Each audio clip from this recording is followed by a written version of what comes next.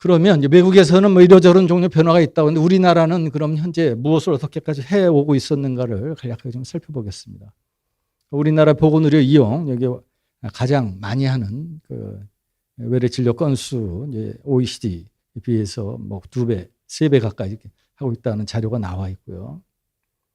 그다음에 병상 수도 지금 OECD 대비 뭐 가장 많은 나라고 평균 재원일 수도 또 가장 길게 나타난 나라입니다. 지금 이와 같이 좀 여러 가지 좋지 않은 징후들이 있죠. 이제 그런 것들이 전체적으로 이제 보건의료비가 가파르게 증가하는데 이제 관여를 하고 있는데, OECD가 우리나라 이제 보건의료 질을 검토하고 권고를 낸 보고서에 따르면 그 보고서에 나온 핵심적인 내용 중에 하나가 한국은 1차 의료 분야가 너무 취약하다. 그 부분을 강화시켜야 된다고 하는 권고를 한 바가 있고, 그래서 1차 의료 분야에 대해서 좀 집중적인 투자를 할 필요가 있겠다 하는 얘기를 했고, 그걸 위해서는 1차 의료 관계된 인력이나 그런 것들 좀 더 강화해야 되고, 그다음에 1차 의료의 형태도 단과 전문의가 단독 개원하는 형태가 아닌 팀 기반의 공동 개원 형태로 가는 것들이 효과적이겠다고 하는 제안들을 하고 있습니다. 또 2020년에 나온 또 다른 OECD 보고서에서 여전히 지적되는 문제는 한국의 1차 의료 시스템 자체가 제대로 되어 있지 않다, 그런 지적을 계속하고 있습니다. 그래서 앞서 보여드렸던 OECD 국가들에서 하고 있는 보건의료비 지출을 통제하기 위해서 사용하고 있는 정책이 아까 큰 표로 소개해드린 바가 있는데, 우리나라 어떤가를 그 항목별로 간략하게 좀 살펴보겠습니다. Wage and Price Control이라고 하는 건데, 이거는 이제 소위 말해서 우리 행위별 수가제 같으면 행위별 수가제에서 수가 통제하는 거죠. 우리 이제 보험료율 내년 같으면 1.98% 인상하기로 했다고 하는 것 같은 그 방식인데, 통제를 하고는 있습니다. 하고는 있는데 우리나라가 행위별 수가제를 쓰고 있기 때문에 단위 가격 통제를 했다 해도 실제로 전체 보건의료비에 미치는 영향은, 저희가 공단에 있을 때 분석을 해보니까 전체 건강보험 진료비 지출 중에 수가 협상을 통해서 이제 그 인상분이 전체 건강보험 지출이 차지하는 비중은 4분의 1밖에 되지 않습니다. 그러니까 4분의 3은 통제가 안 되는 상태로 수가 협상 아무리 해서 낮춰놔도 그 이상 거의 3배에 관한 부분은 이제 아웃 오브 컨트롤로 늘어나고 있기 때문에, 겉으로 보기에는 이제 의료기관이나 의료인 입장에서는 수가 억제가 너무 이제 심하게 한다고 하는 그런 느낌을 받고 있지만, 실제로 건강보험 전체 재정을 관리하는 측면에서 보면은 그게 차지하는 비중은 그렇게 높지 않습니다. 마찬가지로 또 두 번째로는 이제 그 투입 자원의 양을 컨트롤하는 것에 관한 건데요.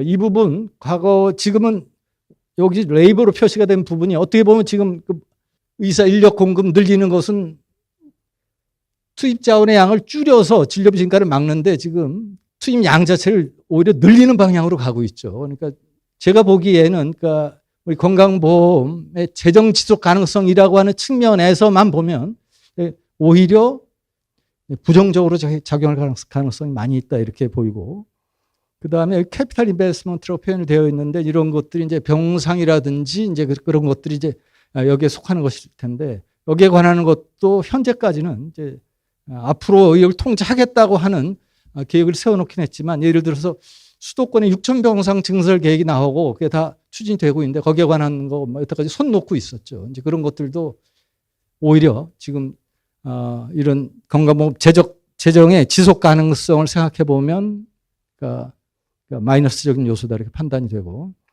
그다음에 버젯 캡이라고 표현이 되어 있는 부분, 아까 오주환 교수님 언급하셨던 총액 계약제에 관한 언급인데, 우리나라는 그와 같은 이제 전체 총액 지출 자체를 통제하는 기준이 없습니다. 그리고 마지막에 있는 것은 이제 우리 공적 부분이 아닌 민간 부분으로 떠넘기는 건데, 이거는 뭐 상당 부분 떠넘기기는 잘 돼 있죠. 그런 것들이 지나치게 떠넘겨져서 이제 실손보험과 결합하면서 비보험 시장이 팽창하는 이제 그런 쪽으로 가고 있어서, 지금 여기 거시경제적인 측면에서의 정책이라고 하는 것은 좀 심하게 얘기하면 다 건강보험 재정을 위협하는 쪽으로 여태까지는 그렇게 왔던 내용입니다.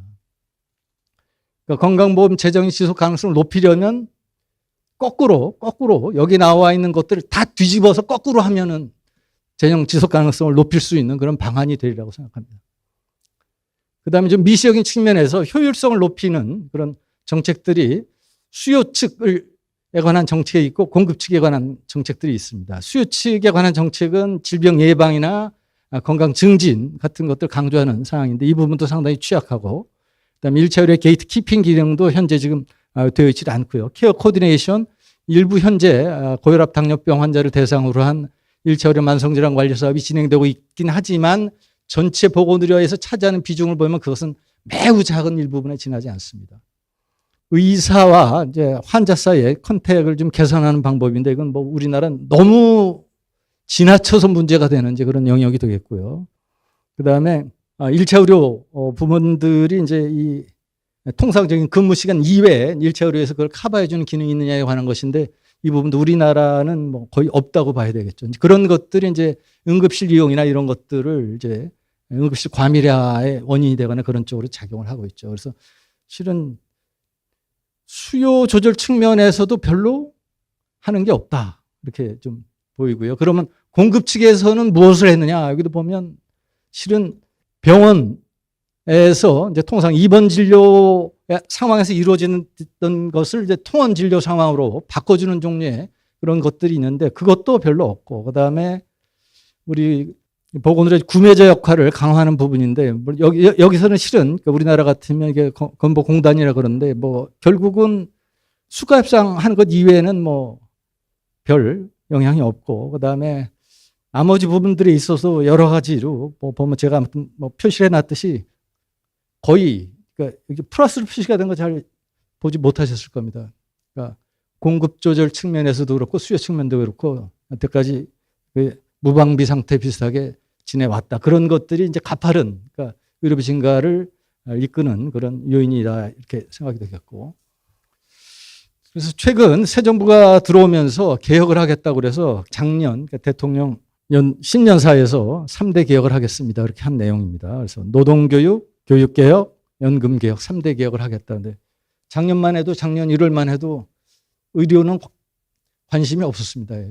갑자기 이제 필수 의료 정책 패키지를 내놓으면서 이제 그 안에 이제 인력 정책에 관한 것들이 하면서 갑자기 의료 개혁이라고 하는 그러니까 3대 개혁이 아니라 4대 개혁으로 이제 이게 바뀌어져 나가게 됐고 4대 개혁을 하려고 해서 그런지 아무튼 4를 맞추려고 그래서 그런지 4대 분야를 또 나눠서 이렇게 정리를 해놨습니다. 그리고 이 안에 그러니까 앞서 그 다른 나라의 그러니까 우리 코로나 직전 상황에서 소위 선진국들에서 어느 분야에 무슨 개혁을 하고 있는지를 보여드린 바가 있는데 그것하고 상당히 이제 대비가 되는 보여주는 내용입니다. 그래서 이런 부분들이 물론 이제 지금 의료개혁 특별위원회가 구성이 돼서 애초에 지금 필수력 4대 패키지 안에 전혀 다루지 않았던 부분들이 이제 하나씩 조금씩 추가가 돼서 들어가고 있긴 하지만, 그러니까 현재 생각하고 있는 개혁이라고 하는 것이 의료 분야의 먼 미래를 바라보고서 잘 준비된 상태로 시작된 것이 아니다. 이제 그런 말씀을 좀 드리겠고요. 그래서 지금 현 정부가 하고 있는 지금 이제 필수의료 패키지나 그런 것들도 보면 이게 이제 전체 의료 이용에 관한 것들 이렇게 그래프로 이렇게 표시된 것 중에 요 사각형 중에 진한 부분으로 표시가 된 맨 아랫부분에 있는 것에 아주 작은 부분에 관한 것들에 지금 초점을 맞추고 있습니다. 그러니까 전체 우리 국민들 전체 의료에 관한 부분보다는 그러니까 전체 빙산의 일각만을 지금 다루고 있다. 그런 말씀을 좀 드리고 싶고요. 그래서 이제 좀 우리 이제 서울대병원 이제 교수 비대위에서 국민들 대상으로 해서 우리 바람직한 의료 서비스 모습 공모해서 책도 내셨는데 거기 나타나는 국민들이 바라는 의료의 내용들하고 지금 여기 나와 있는 5가지 그 핵심 키워드만을 제가 뽑은 건데 그것과 실제로 지금 현재 진행되고 있는 의료개혁 4대 패키지는 어떤 관계를 갖고 있는가, 국민들이 바라는 바와 그것이 과연 일치하고 있는가에 관한 의문이 좀 있고요. 그래서 저 개인적으로도 필수 정책 패키지 안에 이제 여러 가지 빠진 부분들이 있다고 문제 제기를 한 바가 있습니다. 그리고 또 지금 이 현재 여러 가지 비정상적인 사태가 유발되게 된 거기에 이제 근거 자료가 되는 이제 세계 연구 보고서가 있습니다. 이 세계 연구 보고서의 공통점은 현재 의료 공급이나 이용 체계를 그대로 유지한다고 하는 가정하에서 인력 수급 상황을 예측을 한 것이죠. 그런데 그게 앞서 제가 처음에 말씀드렸듯이 현재 상태로 지속 가능하지 않다면 그 상태를 그대로 놓고 예측하는 것이 과연 의미가 있는가에 관한 의문을 제기해 보게 됩니다. 그래서 이건 이제 홍인철 교수께서 이제 그 연구에서 낸 보고서 안에 보면 이제 지금 부족한 의사수 추계가 있어서 의대 정원을 그대로 유지하고 현 시스템을 그대로 갔을 때 이제 소위 지금 얘기하는 뭐 2만 명 부족이니 뭐 1만 명 부족이니 하는 얘기가 이제 여기서 나오는 거고요. 아마 시스템을 바꾸면 소위 말해서 주치 제도를 도입을 하면 어떻게 되느냐? 의대 지원 하나도 안 하고도 2055년이 되면 의사 인력이 남는 걸로 되어 있습니다.